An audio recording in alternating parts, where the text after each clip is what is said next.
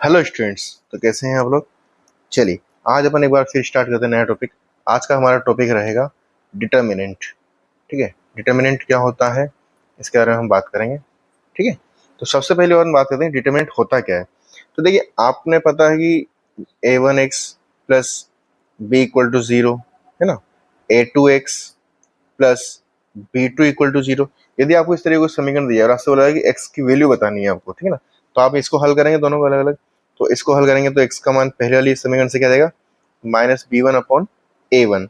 और दूसरी वाली समीकरण को हल करोगे तो वहां से भी आपका मान मिल जाएगा, x का मान माइनस बी टू बटा ए टू। ठीक है, तो अब आप देखिए इनको जो आपने हल करा दोनों को, तो दोनों x के मान है। तो मैं इसको ऐसा लिखता हूँ, माइनस बी वन बटा ए one is equal to the minus B to बटा ए टू। माइनस से माइनस कट हो जाएगा, क्रॉस मल्टीप्लाई हो जाएगा, B one A to minus A one B to, जिसको हम क्या लिख सकते हैं, ठीक है ना, इक्वल टू। तो इसको हम लिख सकते हैं ए one B to minus, shift कर देंगे उसको उसको, ठीक है ना, B one A two equal to zero. तो ये जो एक्सप्रेशन आपका बन के आया है इसको अपन बोलते हैं डिटर्मिनेंट। ठीक है ना, इसको अपन बोलते हैं डिटर्मिनेंट। अब इसको अरेंज करने का तरीका क्या है। अगर मान लो हमें इसका कोई सॉल्यूशन है ये, तो हम इनको अगर हमें अरेंज करना है तो हम किस तरह से अरेंज कर सकते हैं। तो देखिए, यदि मैं इनके कोफिशिएंट्स को लिख देता हूँ, जैसे ए one B one A to be to equal to zero.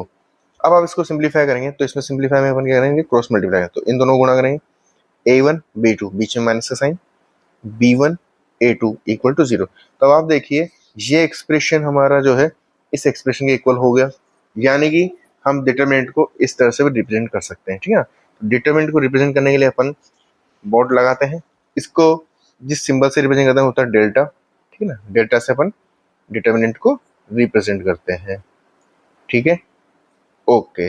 अब डिटरमिनेंट को सोल्व करने के तरीके क्या हैं, ठीक है। तो सोल्व करने के लिए हमें यूज करते हैं expansion of the determinant, expansion of determinant.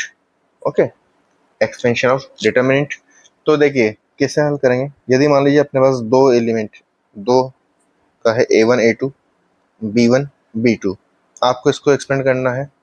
ठीक है, ए one A to be one B to equal to zero. तो इसको सिंप्लीफाई कैसे करेंगे अपन, ए one B to minus B one A two equal to zero. Okay, लेकिन यदि मान लीजिए यहीं पर हम दो की जगह पे तीन हमारे पास आया था, ठीक है ना, एक तो हमारे टू बाई टू के लिए और तीसरा है, सेकेंड है टू बाई टू के लिए, थ्री बाई थ्री के लिए। ठीक है ना, ए one one A one two A one three A to one A to to A to three A three one A three to A three three. ठीक है ना, तो देखिए ये एक थ्री बाई थ्री ऑर्डर की डिटरमिनेंट को represent करने का तरीका होता है। इसमें हम क्या करते हैं, यहाँ पे जो हमारे पास इस तरह से जो चलता है इसको हम बोलते हैं रो। ठीक है ना, तो ये जैसे आपके लिए हो जाएगा रो वन, ये आपके लिए हो जाएगा रो टू, ये आपके लिए हो जाएगा रो थ्री। और जो हम ऊपर से नीचे होता है ये होता है कॉलम, इसे हो जाएगा सी वन, ये आपका हो गया सी टू और ये आपका हो जाता है सी थ्री। ठीक है ना, ये आपका रिप्रेजेंटेशन होता है, हम इसको रो और कॉलम बोलते हैं। हमेशा डिटरमिनेंट आपका जो है उसके अंदर नंबर ऑफ रो और नंबर ऑफ रो इक्वल होगा किसके, नंबर ऑफ कॉलम के। ठीक है ना, हम इसको बोल सकते हैं कि number of rows is equal to the number of columns. ठीक है ना, जैसे आप यहाँ देखो ये दो, इसका ऑर्डर क्या है टू बाई टू। अब ऑर्डर क्या होता है कि उसके अंदर जितने रो और जितने कॉलम होते हैं हम उसको उसका ऑर्डर बोलते हैं। ठीक है, इसको हम रिप्रेजेंट कर सकते हैं जनरलाइजेशन करने के लिए ए आई जे। तो यहाँ पे आई जो है वो रो को रिप्रेजेंट कर रहा है और जे जो है वो कॉलम को रिप्रेजेंट करता है। ठीक है, ठीक है। अब उसके बाद होता क्या है कि देखिए इसको अपने को एक्सपेंशन कैसे करना है। तो हमारे पास जो भी डिटर्मिनेंट है वो क्या है, ए one one A one two A one three A to one A to to A to three A three one A three to A three three equal to zero. यदि हमें इस डिटरमिनेंट को expand करना है तो आप determinant का expand row wise या कॉलम वाइज आप किसी भी तरीके से आप उसको एक्सपेंड कर सकते हो। ठीक है ना, उसमें क्या बेनिफिट रहेगा हमारे पास।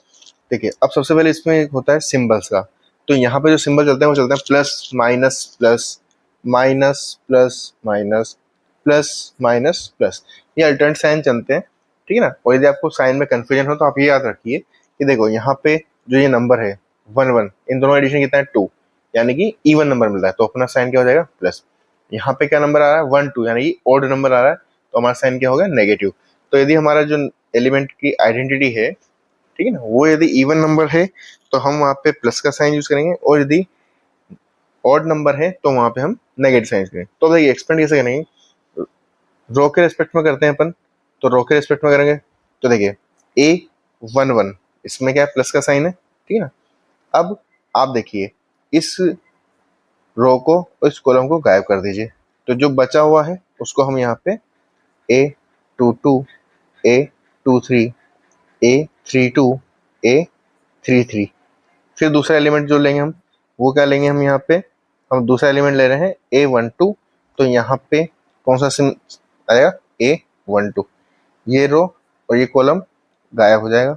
तो अब जो बचा है वो लिख देंगे हम यहाँ पे, क्या बच रहा है A 2 1, A 2 3, A 3 1, A 3 3, okay. उसके बाद नेक्स्ट अपना जो एलिमेंट आएगा वो आएगा A 1 3 प्लस A 1 3, तो हमने कहा इस बार इस कॉलम को और इस रो को गायब कर देंगे, तो जो बच रहा है वो लिख देंगे A 2 1, A 2 2, A 3 1, A 3 2, ठीक, इक्वल टू 0। अब आप इसको सिंप्लीफाई करेंगे तो आपको अपना रिजल्ट मिल जाएगा, ठीक है ना।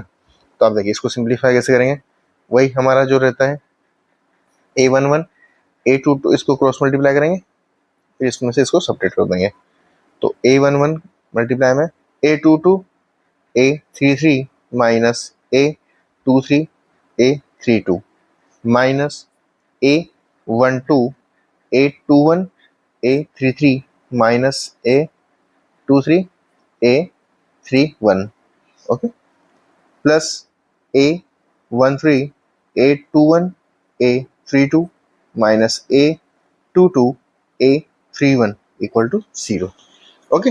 तो हम किसी भी 3x3 ऑर्डर के डिटरमिनेंट को इस तरह से एक्सपेंड कर सकते हैं। चलिए एक एग्जांपल लेते हैं तो उससे आपको और अच्छे से क्लियर हो जाएगा, ठीक है ना। एग्जांपल लेते हैं, मान लीजिए हमारे पास एक डिटरमिनेंट है 1 2 3 -1 0 2 2 1 0, ठीक है। अब हमारे पास एक डिटरमिनेंट आया है और इसको हमें हल करना है, ठीक है। इसके डिटरमिनेंट की वैल्यू चाहिए हमें, तो हम इसकी डिटरमिनेंट की वैल्यू कैसे निकालेंगे।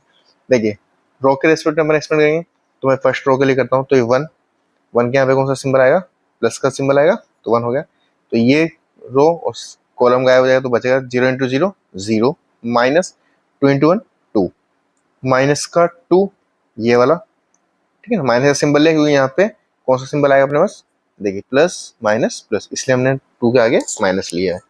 तो इसके लिए भी वही रेस्पेक्टिव रो और कॉलम गायब हो जाएगा, तो बचेगा -1 × 0 0, माइनस 2 × 2 4, ओके। फिर प्लस का 3 यानी ये वाला, इसके रेस्पेक्टिव ये रो और कॉलम गायब हो जाएगा, तो जो बच रहा है 1 × -1, दैट इज द -1 -0।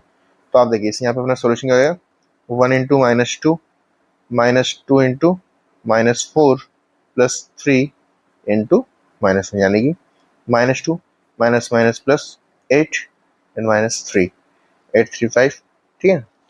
8 में 3 है 5, 5 - 2 3, तो अपना इसका आंसर हो जाएगा 3 हो जाएगा, ठीक है। तो आप देखिए अपन ने यहाँ पे कितना इजीली उसको देख लिया है कि डिटरमिनेंट को किस तरह से लिखते हैं, कैसे रिप्रेजेंट करते हैं, ठीक है ना। तो किस तरह से रिप्रेजेंट करते हैं वो हमने देखा, किस तरह से उसको एक्सपेंड करते हैं ये देखा, ठीक है ना। इसके बाद हम बात करेंगे इसकी प्रॉपर्टी की, ठीक है, वो हम नेक्स्ट लेक्चर में बात करते हैं। Thank you.